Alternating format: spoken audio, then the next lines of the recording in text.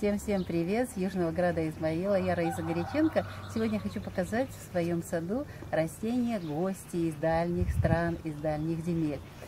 Вот это растение зизифус, китайский финик. Обожаем это растение. Оно в сентябре, в октябре нас одаривает очень вкусными витаминными плодами. А сейчас, вот 15 сегодня июня, это растение только-только начинает закладывать, вернее, раскрывать свой потенциал и готовиться к тому, чтобы зацвести. Я это дерево очень поздно обрезаю, вот уже в этот период, когда уже видно, где листики, потому что оно очень долго просыпается, очень долго думает, а потом очень интенсивно и красиво поллета цветет и завязывает очень красивые финики. И очень полезные. В этом растении полезно все. И эти листики можно заваривать в чай, и эти веточки, и плоды. Все очень полезно. Недаром китайцы его везде высаживают и используют постоянно в своих чаях, напитках и в пище. Это растение очень особое. Я хочу сделать такую отметочку. Вот, смотрите, уже начинают первые листики зацветать. Тем, кто впервые посадит саженец зизифуса, китайского финика, надо иметь выдержку. Выдержка состоит в том, что они очень поздно начинают вегетировать. В первую очередь идет развитие корневой системы.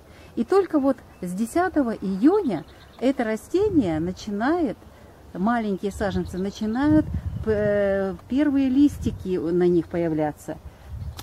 А потом очень интенсивно идет развитие самого растения. Поэтому наберитесь выдержки, не выбрасывайте. Мои коллеги уже так сделали. Но те, кто имеет выдержку, имеют растение. Мое растение, вот этот финик с маленького саженца, впервые показались листики только 16 июня.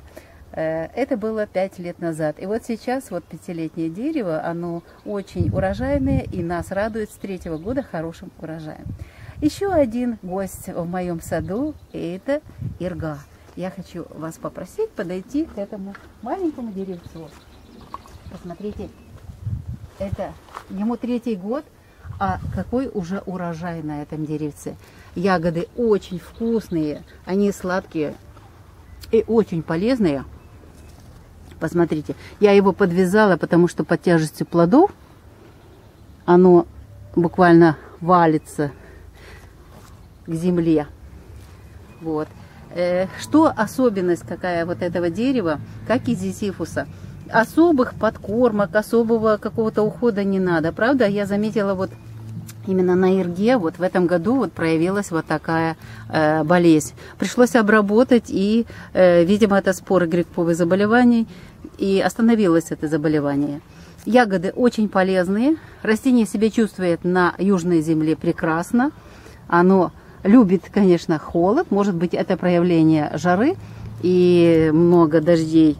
Но в любом случае растение очень полезное, хорошо себя чувствует. В данный момент плоды почти полностью созревают. Сегодня 15 июля.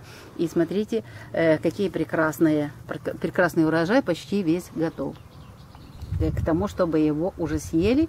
И часть я хочу засушить для того, чтобы зимой ароматные вкусные чаи приготовить.